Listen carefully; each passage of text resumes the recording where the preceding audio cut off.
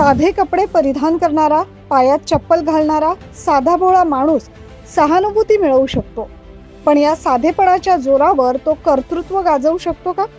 कर्तृत्व सिद्ध करण्यासाठी अंगभूत हुशारी, बौद्धिक परिपक्वता, उच्च शिक्षण, दूरदृष्टी, अनुभव आणि प्रशासनाकडून कामे करून घेण्याचं कौशल्य लागतं. त्यातच सत्ताधारी पक्षाचा सदस्य असल्यास त्याची कामे झटपट होतात, हा आजवरचा अनुभव आहे. दिंडोरी लोकसभा मतदारसंघात ही सगळीच बलस्थाने असलेल्या एकमेव उमेदवार आहेत, त्या म्हणजे महायुतीच्या डॉक्टर भारती प्रवीण पवार. दिंडोरी लोकसभा मतदारसंघाला सुजलाम सुफलाम बनवण्यासाठी खासदार डॉक्टर भारती पवार यांनी खास योजना तयार केल्या. आदिवासी बांधवांसह मतदारसंघातील प्रत्येकाला पुरेशा सोयी सुविधा मिळाव्यात यासाठी त्यांनी जणू संकल्पनामाच तयार केलाय. पुढील 5 वर्षात आपल्या मतदारसंघाचा कसा कायापालट होईल यासाठी डॉक्टर भारती पवार यांनी ब्लूप्रिंटच तयार केली आहे. यंदाच्या लोकसभा निवडणुकीत त्या निवडून आल्यास पहिल्या दिवसापासूनच कामाला सुरुवात करण्याचा संकल्प त्यांनी केलाय. पंतप्रधान नरेंद्र मोदी यांचा सबका साथ सबका विकास आणि सबका विकास सबका प्रयास या तत्वाला अनुसरून डॉक्टर भारती पवार यांनी हा संकल्पनामा तयार केलाय.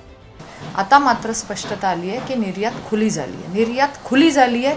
हे माझ्या शेतकरी बांधवांसाठी अतिशय महत्त्वाचा हा निर्णय घेतला.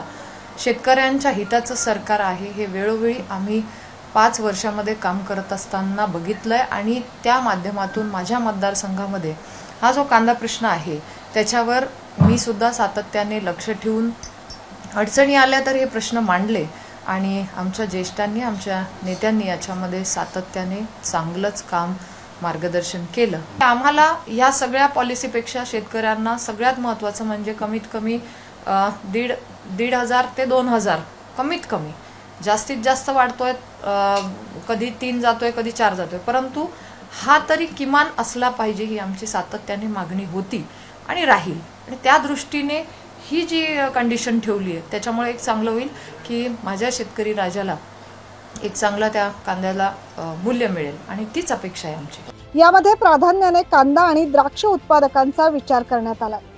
पाहूया नेमकं काय आहे या संकल्पनाम्यात. कांदा, द्राक्ष, डाळिंब या उत्पादकांसाठी ड्रायपोर्ट केंद्र सरकारच्या सागरमाला उपक्रमाअंतर्गत निफाड तालुक्यात सुरू करण्यात येणार आहे. निफाड सहकारी साखर कारखान्याच्या जागेत ड्रायपोर्ट तथा मल्टी मॉडेल हब विकसित करण्यात येणार आहे. तब्बल 750 कोटींच्या या प्रकल्पासाठी डॉक्टर भारती पवार यांच्या पाठपुराव्यामुळे 100 कोटींची रक्कम प्रशासनाला प्राप्तही झाली आहे. या प्रकल्पात कस्टम पॅकेजिंग, हँडलिंग अशा विविध सुविधा उपलब्ध असतील, ज्यामुळे जवाहरलाल नेहरू पोर्ट ट्रस्ट येथे होणारा कालापव्यय टळणार आहे. या केंद्रामुळे कांदा, द्राक्ष, डाळिंब, भाजीपाल्यासह औद्योगिक उत्पादनांची निर्यात सुलभ होईल. मल्टी मॉडेल हबमुळे जिल्ह्याच्या विशेषतः निफाड, दिंडोरी, नाशिक, सिन्नर, येवला या तालुक्यांच्या अर्थकारणाची दिशा बदलणार आहे. शेतकऱ्यांचा शेतमाल उत्पादनाच्या ठिकाणापासून ड्रायपोर्ट पर्यंत सुरक्षित आणला जाऊन रेल्वेद्वारे अपेक्षित असलेल्या ठिकाणी सहजरित्या पोहोचवता येणार आहे. नाशवंत माल हा कोल्ड स्टोरेज कंटेनर मार्फतच जाणार असल्याने तो इच्छित स्थळी ताजा तवानाच पोहोचवता येणार आहे. मात्र केवळ तांत्रिक बाबींची पूर्तता करण्यातच 10 वर्षांचा कालावधी गेल्यामुळे गत पंचवार्षिक मध्ये हा प्रकल्प होऊ शकला नाही.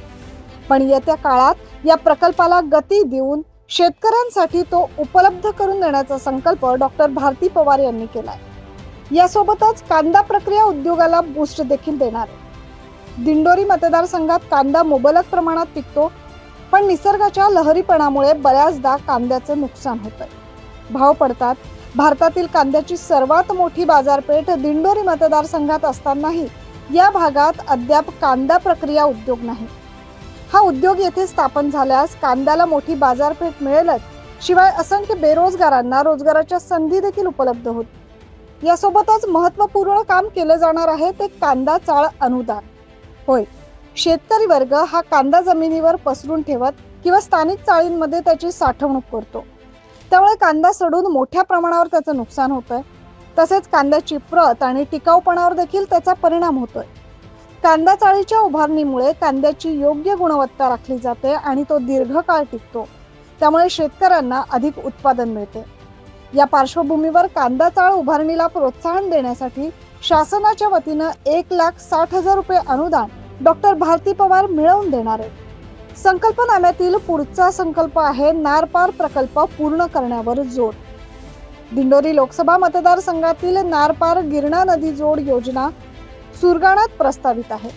यात नार पार, औरंगा आणि अंबिका या 4 पश्चिमी नद्यांचा अतिरिक्त पाणी उपसा केलं जाईल। पूर्वेकडील अतितुटीच्या गिरणा उपखोऱ्यापर्यंत शेती आणि पिण्याच्या पाण्याचा प्रश्न सोडवण्यासाठी ही योजना प्रस्तावित आहे। या योजनेत नांदगाव आणि सटाणा या तालुक्यांचाही DPR मध्ये समावेश करावा अशी मागणी डॉक्टर भारती पवार यांनी यापूर्वीच राज्य सरकारकडे केली आहे। हा प्रकल्प पूर्णत्वास आणण्यासाठी आगामी काळात अधिक प्रयत्न करण्याचा संकल्प डॉक्टर भारती पवार यांनी केला। यासोबतच एकलव्य आदर्श निवासी शाळा हा देखील महत्त्वपूर्ण प्रकल्प हाती घेतला। दुर्गम आदिवासी भागातील आदिवासी विद्यार्थ्यांना गुणवत्तापूर्ण आणि रोजगाराभिमुख शिक्षण उपलब्ध करून देण्यासाठी एकलव्य आदर्श निवासी शाळा सुरू करण्यात आली आहे। या शाळेत इंग्रजी माध्यमातून मोफत शिक्षण देण्यात येते। यात विद्यार्थ्यांना भोजन, निवास व्यवस्था, अंथरुण, वह्या पुस्तके, गणवेश, लेखन साहित्य मोफत देण्यात येणार आहे। दिंडोरी मतदारसंघातील 4 तालुक्यात अशा 4 शाळा सुरू करण्याचा डॉक्टर भारती पवार यांचा संकल्प आहे। शाळेसाठी अद्ययावत सामुग्री वापरण्यात येते। यामध्ये सिंथेटिक ट्रॅक पासून ग्रीन जिम पर्यंतच्या सर्वच सुविधा विद्यार्थ्यांना उपलब्ध होतात। हे करतानाच आरोग्य क्षेत्रात भरघोस कामे करण्याचा देखील संकल्प भारतीताईंचा आहे। केंद्रीय आरोग्य मंत्री या नात्याने आपण आपल्या कर्मभूमीसाठी काही देणं लागतो या उदात्त भावनेतून आरोग्यासाठी भरघोस काम करण्याचा संकल्प डॉक्टर भारती पवार यांनी केलाय। त्यात प्राथमिक आरोग्य केंद्रापासून सिव्हिल हॉस्पिटल पर्यंत सुधारणा करण्यात येणार आहे। सर्वच गोरगरिबांवर मोफत उपचार व्हावेत यासाठी सिव्हिल हॉस्पिटल येथे 100 खाटांचं क्रिटिकल केअर हॉस्पिटल उभारण्यात येणार आहे। तसेच सिव्हिलच्या जुन्या इमारतीच्या जागेवर अद्ययावत अशी नवी टोलेजंग बिल्डिंग बांधण्यात येणार आहे। त्यात गोरगरिबांना अधिकाधिक हायटेक आरोग्य सुविधा देण्याचा संकल्प डॉक्टर भारती पवार यांनी केलाय। त्यासाठी सुमारे 190 कोटींचा निधी मिळवण्यातही त्यांना यश प्राप्त झाले। नाशिक मधील वेगवेगळ्या आरोग्य विभागातील अत्याधुनिक आणि नाविन्यपूर्ण प्रशिक्षणासाठी 40 कोटींचं centre of excellence for training मंजूर झालंय। लवकरच त्याचं काम पूर्ण होईल। त्याप्रमाणे कळवण, अभोणा, उमराणे, वणी, नांदगाव, पेठ, सुरगाणा येथे फील्ड हॉस्पिटल्स उभारण्यात येणार आहे। जिल्ह्यातील सर्वच प्राथमिक आरोग्य केंद्र अद्ययावत करण्यात येणार आहे। त्याचप्रमाणे सिव्हिलमध्ये मेडिकल कॉलेज सुरू करून त्यात PG, MBBS चे कोर्सेस देखील सुरू करण्यात येणार आहेत। असा देखील हा संकल्प हाती आहे।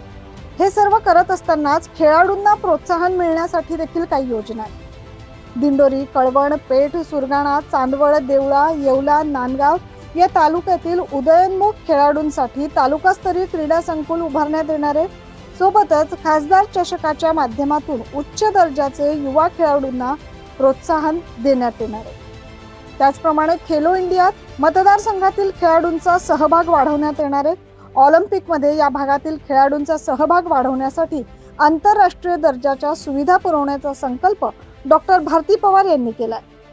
यासोबतच रस्ते सुधारण्यासाठी देखील मोठे प्रयत्न करण्यात येणार आहेत। मतदारसंघातील रस्त्यांच्या कामावरही यापुढील काळात डॉक्टर भारती पवार अधिक लक्ष देणार आहेत। यामध्ये प्रामुख्याने सुरत चेन्नई ग्रीनफील्ड कॉरिडॉर या महत्वाकांक्षी प्रकल्पाचा समावेश आहे।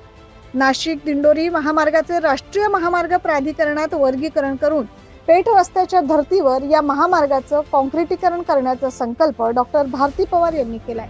थोडक्यात काय तर येत्या 5 वर्षात दिंडोरी मतदारसंघाचा कायापालट करण्यासाठीच्या सर्व योजना तयार आहेत। आता वाट बघायची आहे ती डॉक्टर भारती पवार यांच्या विजयाची।